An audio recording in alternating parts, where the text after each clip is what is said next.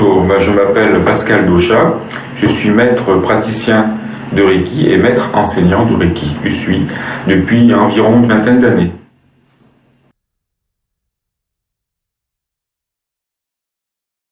Ce qui m'a emmené au Reiki, c'est tout simplement mon développement personnel que j'avais besoin d'approfondir.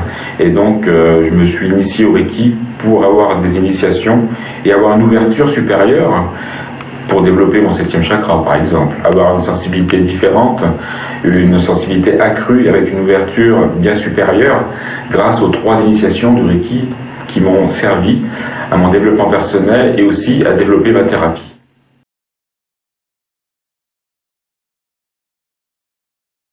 Le Reiki, c'est une connexion, comme je vous le disais tout à l'heure, qui nous permet de prendre en nous l'énergie globale de tout ce qui nous entoure pour pouvoir le restituer dans notre corps, dont émane des mains une puissance un peu plus accrue que le magnétisme naturel, pour pouvoir donner de l'énergie aux autres en étant un canal.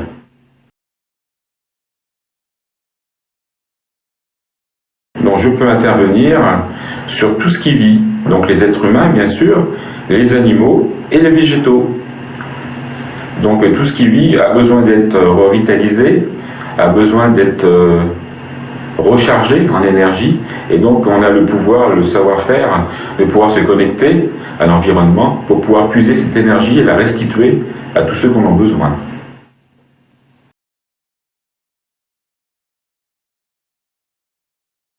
Il n'existe pas de cas où on peut rien faire grâce au Reiki. Le Reiki, source de vie, on peut la donner à tous ceux qui en ont besoin. Il suffit de le demander et on peut effectivement accompagner les gens, mais même jusqu'à la mort.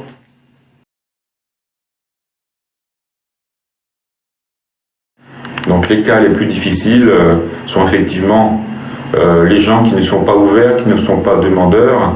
Et donc il faut sensibiliser ces gens-là, leur faire comprendre que tout le monde a besoin d'énergie supplémentaire, a besoin de reconnexion, a besoin d'avoir des chakras réaugmentés, rechargés, dynamisés, pour avoir une vie beaucoup plus naturellement supérieure à la moyenne, on va dire. On peut aider les gens qui sont demandeurs, tout simplement. Alors l'envie de fumer, oui, on peut le stopper, mais c'est pas forcément avec le Reiki.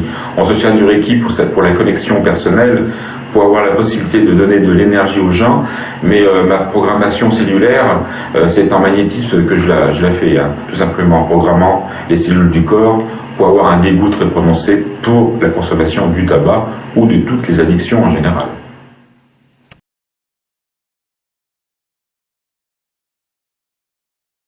Donc oui, on peut aider les électrosensibles à redynamiser les parties qui sont défectueuses parce que le corps, qui est composé entre 70 et 80% d'eau, a enregistré ces nouvelles pollutions électromagnétiques qui envahissent le corps, et donc on aide à pousser avec l'énergie du Reiki et évacuer le plus possible tous les blocages énergétiques causés par ce surplus de négativité, de nocivité mal vécu par ces nouveaux malades que l'on appelle les électrosensibles.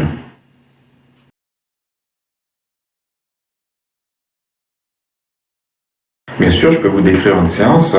Donc déjà, mes séances en thérapie durent environ 30 minutes. Donc en une demi-heure, je commence par déjà faire connaissance, bien sûr, avec la personne, voir sa motivation, voir ses problèmes, et après je mets en place un bilan de santé énergétique où on va détecter en radiesthésie médicale tout ce qui est négatif dans le corps humain et tout ce qui bloque un peu les corps énergétiques. Donc on regarde par exemple la polarité, bien sûr, on regarde le taux vibratoire global qui nous donne un aperçu de la santé énergétique de la personne. Bien sûr, on regarde les protections de la personne, on regarde le centrage de l'aura, on regarde le taux de positivité pour voir un peu mentalement si on est dépressif ou pas et à quel degré en pourcentage.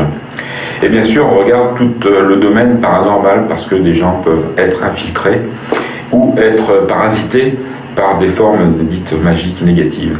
Voilà. Donc une fois que j'ai fait tout ce bilan de santé énergétique, je regarde le taux de remplissage des 7 chakras principaux de la personne qui vont m'indiquer là où il faut pratiquer le Reiki avec plus d'intensité, redonner de l'énergie, réharmoniser tous ces chakras pour les remplir de bonne énergie et faire fuir le plus possible à l'extérieur du corps toutes les énergies négatives qui peuvent polluer la santé de la personne. Et donc après, il y aura la phase d'imposition des mains. Donc cette imposition des mains, on va commencer par la tête pour aller dynamiser toutes les parties de la tête et descendre sur les épaules, descendre au bras jusqu'au bout des mains et descendre à chaque partie du corps qui vont aider à réharmoniser et à donner de l'énergie là où il en a besoin. Et le corps a la faculté d'absorber l'énergie que vous allez lui donner. Imaginez une éponge. Une éponge, quand elle a besoin d'eau, elle va absorber l'eau. Et donc le corps va faire éponge à l'endroit où il y a besoin de remettre de l'énergie en action. Et donc cette éponge va absorber à l'endroit où il y en a besoin l'énergie nécessaire que l'on va donner à la personne grâce au Reiki que l'on va donner grâce à l'imposition des mains. Et donc on va réharmoniser nos chakras principaux et remettre d'aplomb toutes les protections de la personne et voir, grâce à notre bilan de santé énergétique, l'évolution de la personne entre la première, deuxième, troisième, voire quatrième séance qu'il y a besoin pour pouvoir redonner le peps, l'harmonie et la totale harmonie entre le corps et l'esprit de la personne grâce au Reiki.